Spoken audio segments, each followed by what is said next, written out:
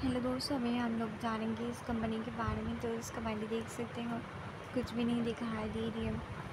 5 day के बारे में कहा जाए तो देख सकते हो 1% रिटर्न, 1 मिनट कहा जाए तो देख सकते हो क्रैश क्या है इसका। 6 महीने में देख सकते हैं हम, 6 महीने में भी इस कंपनी ने क्रैश किया है 22 नहीं 2%, ठीक है। 1 ईयर में देख सकते हो 4% लॉस दिए हैं। इसका 5 ईयर के बारे में कहा जाए तो देख सकते हो 5 ईयर में भी इस कंपनी ने 600 के आसपास रिटर्न दिया है।